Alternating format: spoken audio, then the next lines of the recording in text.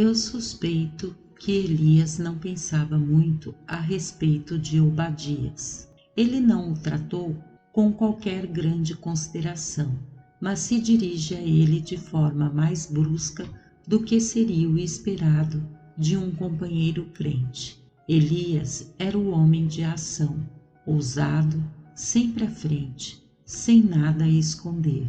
Obadias era um crente quieto, verdadeiro e firme, mas estava em uma posição muito difícil e, portanto, era forçado a cumprir seu dever de forma menos aberta.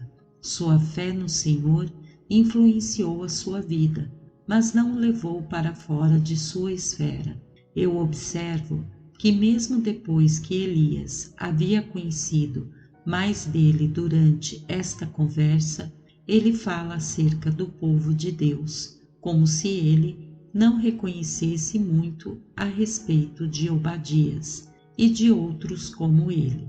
Ele diz: eles derrubaram os teus altares e mataram os teus profetas à espada, e só eu fiquei, e buscam a minha vida para me tirarem. 1 Reis 19, 10 e 14. Ele sabia muito bem que Obadias foi deixado, que embora não fosse exatamente um profeta, era um homem de caráter, mas ele parece ignorá-lo, como se ele fosse de pequena consideração na grande luta. Acho que foi porque este homem de ferro, este profeta do fogo e trovão, este poderoso servo do Altíssimo, definia como pequeno qualquer um que não viesse para a frente lutar como ele.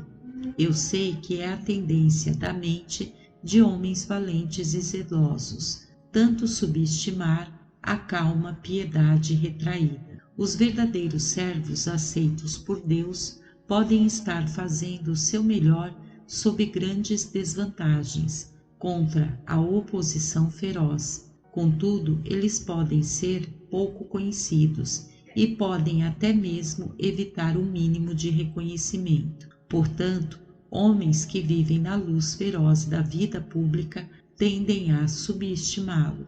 Estas estrelas menores são ofuscadas no brilho do homem a quem Deus ilumina como um novo sol em chamas em meio à escuridão. Elias brilhou sobre o céu de Israel como um raio da mão do Eterno, e naturalmente ele seria um pouco impaciente com aqueles cujos movimentos eram mais lentos e menos visíveis. É a repetição do caso de Marta e Maria de novo, em alguns aspectos. O Senhor não ama que seus servos, por maiores que sejam, façam pouco caso de seus companheiros menores, e ocorre-me que ele dispõe os assuntos de forma que Obadias tornou-se importante para Elias, quando ele teve de enfrentar o rei irado de Israel. O profeta é ordenado a ir e mostrar-se a Acabe, e ele o faz. Mas ele julga que é melhor começar por mostrar-se ao mordomo de seu palácio, para que ele possa dar a notícia a seu mestre e prepará-lo para o encontro. Acabe estava exasperado com os terríveis resultados do longo período de seca e podia, em um súbito acesso de fúria, tentar matar o profeta. E por isso ele devia ter um tempo para refletir, para que ele esfriasse um pouco. Elias tem uma entrevista com Obadias e manda-o ir e dizer a Acabe: eis que Elias está aqui. 1 Reis 18:8. Por vezes pode ser o caminho mais próximo para chegar ao nosso objetivo, ir um pouco ao redor. Mas é notável que Obadia devia, portanto, ser útil a um homem muito superior a ele, aquele que nunca temeu o rosto dos reis. No entanto, encontrou-se usando como seu ajudante um indivíduo muito mais tímido. Também aprendemos a partir desta narrativa que Deus nunca vai deixar a si mesmo sem testemunhas neste mundo. Sim, e Ele não deixará a si mesmo sem testemunhas nos piores lugares do mundo. Que horrível morada a corte de Acabe deve ter sido para o verdadeiro crente, se não houvesse nenhum pecador lá. Contudo, sua mulher Jezabel era o suficiente para tornar o local um antro de iniquidades. Aquela rainha Sidônia, de espírito forte e orgulhoso, manipulava o pobre Acabe entre seus dedos, assim como quisesse. Ele poderia nunca ter sido perseguidor se sua esposa não o houvesse incitado, pois ela detestava a adoração de Jeová intensamente e desprezava a simplicidade de Israel em comparação com o estilo mais pomposo de Sidom. Acabe deveria ceder às suas exigências imperiosas, pois ela não admitiria contradição, e quando seu espírito orgulhoso foi despertado, foi ela quem desafiou toda a oposição.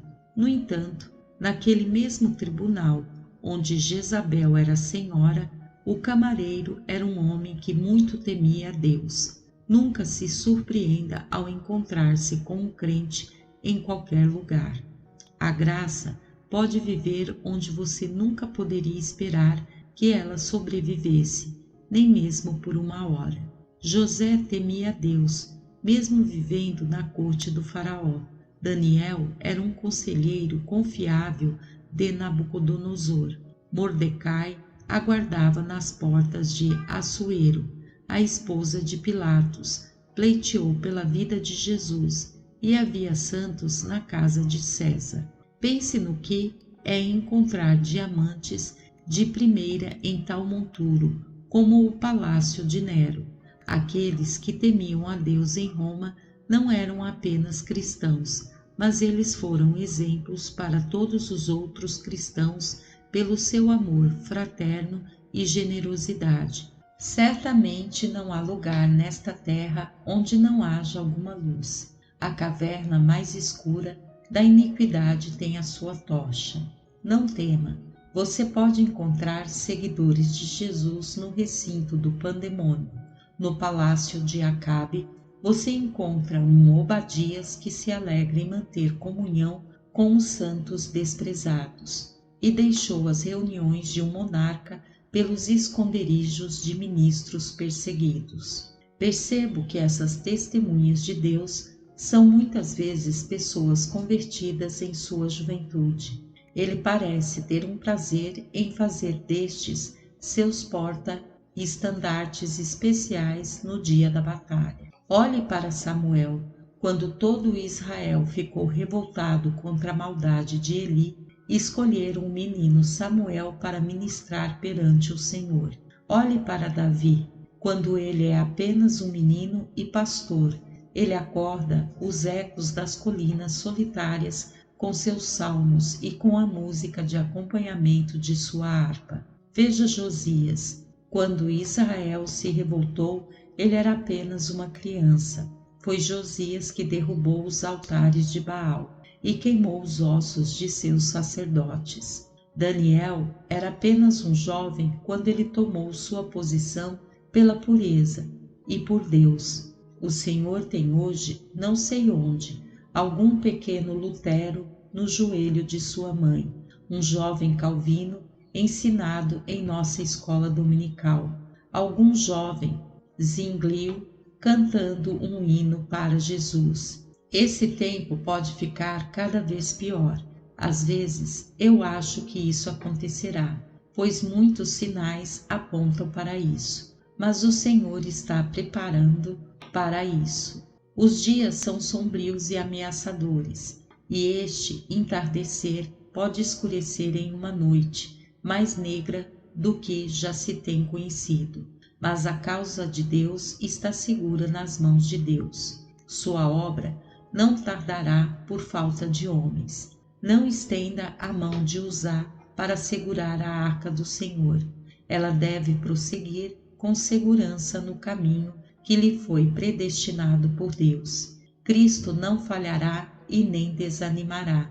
Deus sepulta seus trabalhadores, mas sua obra continua viva. Se não houver no palácio um rei que honra a Deus, ainda deve ser encontrado ali um mordomo, que teme ao Senhor desde a sua mocidade, que cuidará dos profetas do Senhor e os esconderá até que dias melhores venham. Por isso, tenha bom ânimo e olhe para horas mais felizes. Nada que seja realmente valioso está em perigo, enquanto o Senhor estiver ao trono. As provisões do Senhor estão chegando e seus tambores anunciam a vitória. Graça e paz, irmãos. Amém.